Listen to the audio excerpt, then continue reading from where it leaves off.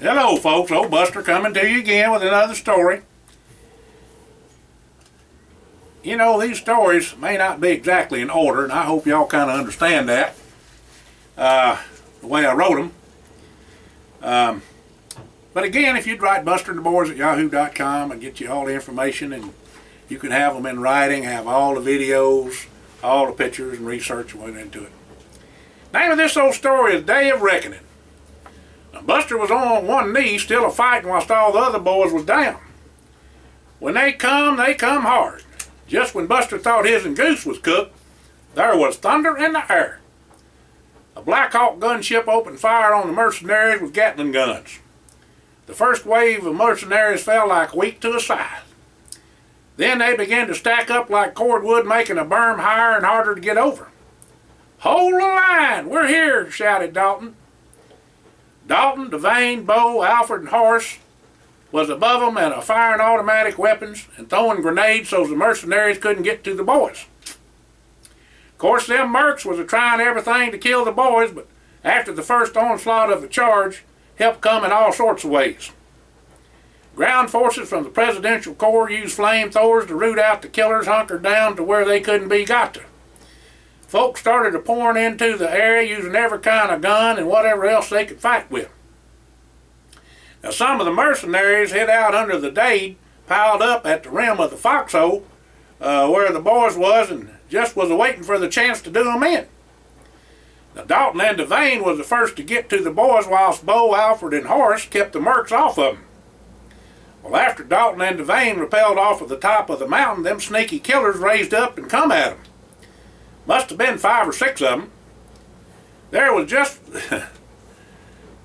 well, this was just what old Dalton and Devane was waiting for. Bo and Alfred covered Dalton and Devane whilst Horace picked off any other mercs trying to get in on the fight with a sniper rifle. Come to find out, it was Buster's Remington 308 he was using. Now, Dalton was fast and took out the first feller in 2 licks. Devane, on the other hand, took his time with his 2 mercs and worked them over real slow. He give them a dose of pain and agony where they wished they was dead, and they soon was. Dalton grabbed his mercenary and turned him towards the boys and let him have his last look at anything before he killed him, with every bone in his body broke to just to nothing. Medical help was there in a squinting, as soon as they could get into where the boys was at. Immediate emergency care was given to the boys, such as IVs and blood and whatnot. Helicopters was everywhere, and one of them got Buster and Walter and took them to the hospital. There was dead and wounded everywhere. Mass confusion didn't help none neither. The menfolk got all the family they could, and rounded them up, got them to the distillery in the secret room. Alfred and Horace stood guard over them whilst Mr. Holmes was directing operations. "Thank goodness Aunt Judith was okay," exclaimed Elizabeth Jane to Mr. Holmes, whilst the medic was bandaging her head and arms. He told her to get on down to the room in the distillery as soon as she was patched up and to wait there till he come. "Tell them others the same if and you see any along the way." Well, Record Leonard and Thomasina, along with Bill and Paul and their wives, was thinking the world was about to come to an end when the explosion blew most of the mansion away. They was all out back near the rose garden gathering rose petals for the wedding ceremony when it happened. Men with guns come out of nowhere and was threatening them and telling them to get on the ground and whatnot. Now, one hulking brute started to make improper advances towards Thomasina when a whisper of feathers in the wind took him down with an arrow in his back. Meteorado, Black Kettle, and his band of dog soldiers come into their rescue. It was a quick but deadly fight for the mercenaries. Of the 20 or so killers, not one was left alive. The leader was hung up in a tree, scalped, and enough arrows in him to make a body think he was a pincushion. Now, Julian come on to Leonard and Thomasina and smiled, and they know this was the Injun way not to fear what you cannot change. They would be okay, and the attack, like the first one in the lady, was not going to run their lives worrying about dying. Julian told Bill and Paul and their wives to follow him and Leonard and Thomasina back towards the creek. Julian showed them where the entrance was to the secret room under the distillery and told them to go in there and stay there till help come. But Julian looked at Bill and Paul and their wives and said to listen to Leonard and Thomasina. They will lead y'all through your fears and doubts. You know, they was all in a quizzical time here. All this shooting and killing and whatnot. In the days to come, Leonard and Thomasina done just that.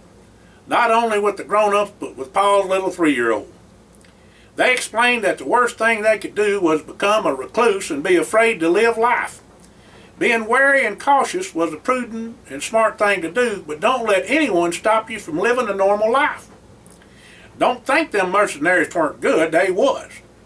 Heinrich Meyer and Anton Rothschild had folks, and they weren't about to forget what happened to their young'uns or what all had been happening of late with all the recent attacks, let alone tearing down their empire.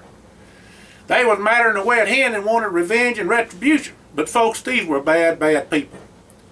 Bad people. They took their time and planned this devastating, catastrophic carnage to teach those that would oppose them a lesson. You just can't understand that there's folks like that in this world today. They want control and power, and they want everything you got. Don't belong to them. The number of dead and wounded included men, women, and children. Make a feller just cry right here. A body count for the dead and the wounded ain't been made because of the fierce fighting that was still going on, even though it was sporadic now. At least the fighting had moved away from the main house and grounds and into the woods. The town of Mount Sterling wasn't about 5,000 or 6,000 folks, and most of them come to the party and the dance.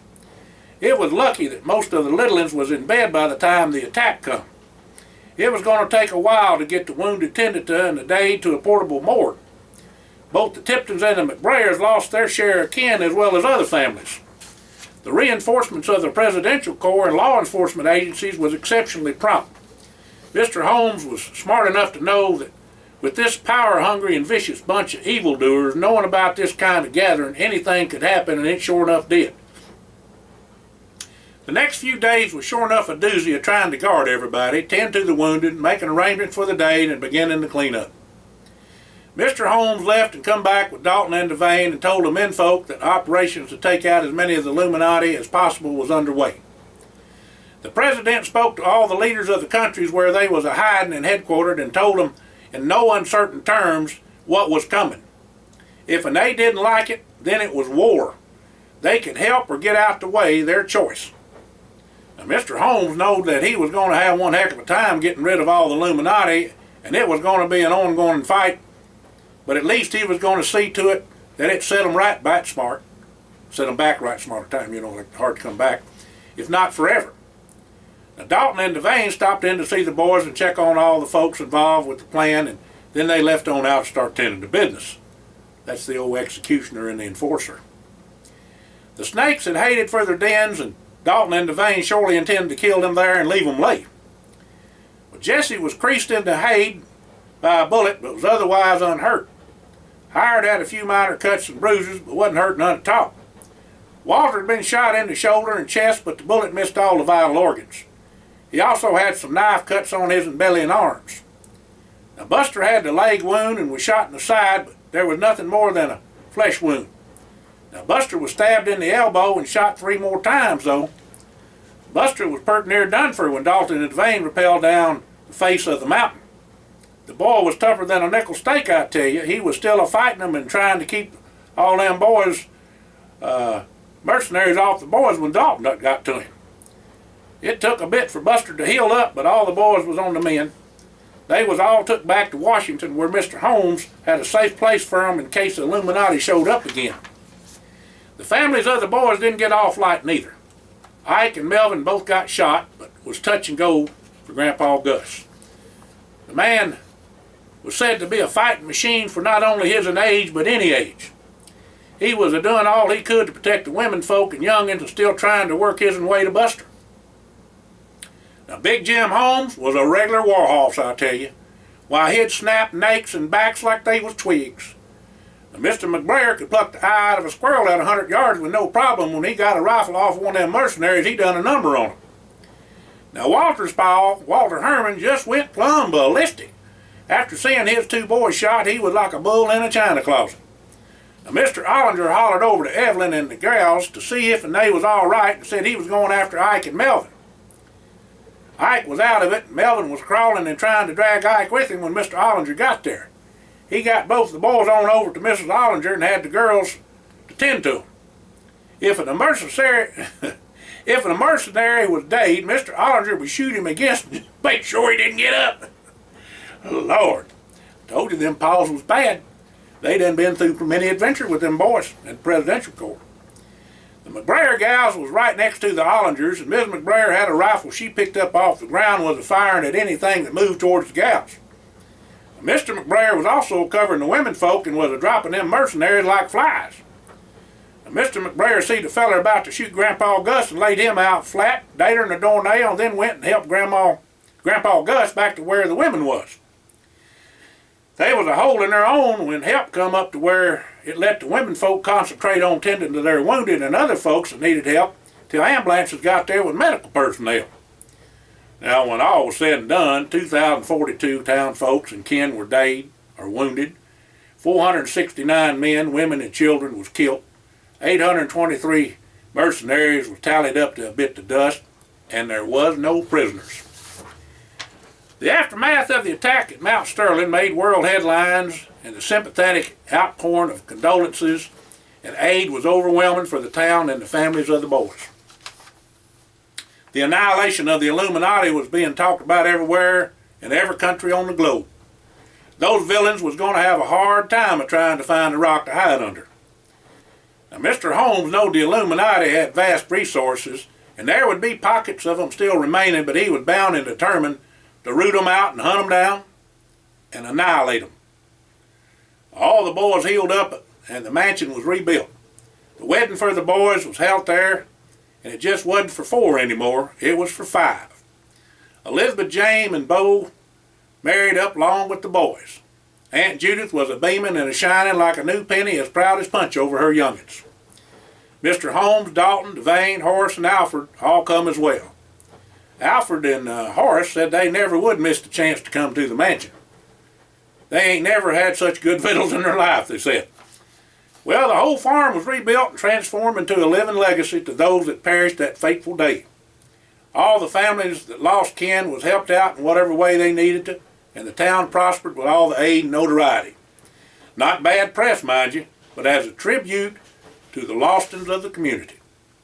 Bo agreed to take a place in helping run the distillery, and the place as well as overseeing his folks' plantation. Him and Elizabeth Jane would spend time at each place and see to their people.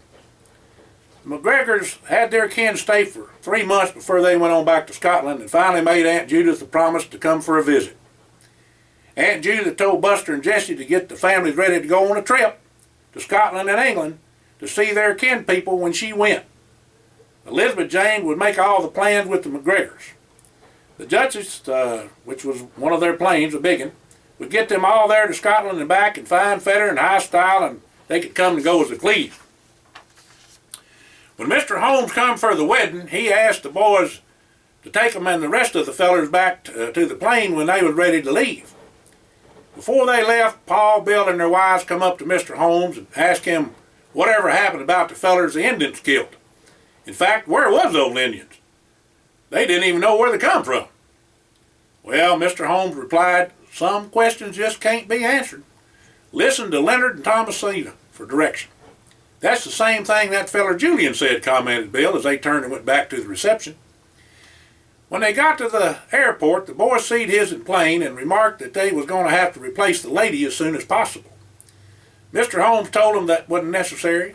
It had already been done with a few new modifications. There was a brand new Falcon 50EX with all manner of upgrades and a few added tricks too. It even had a big old turlet for Buster. Mr. Holmes figured the boys needed something that could handle any kind of emergency or trouble that come a-hunting them, so he had the plane fixed up from some friends of his'n. This here is your wedding present, boys. There ain't another like her. Hope y'all enjoy her. Well, all the boys thanked Mr. Holmes for his kindness and said they'd be talking soon. Since all the boys could fly now, they could all take turns at the controls. Well, how about gathering up the gals and heading out to Denver for supper at the house that Howard built? Reckon we can get a seat? Said Howard. All of them just busted out laughing over that. Him and them steaks. Y'all have a blessed evening. Hope you enjoyed the story. look out for the family. The next one coming.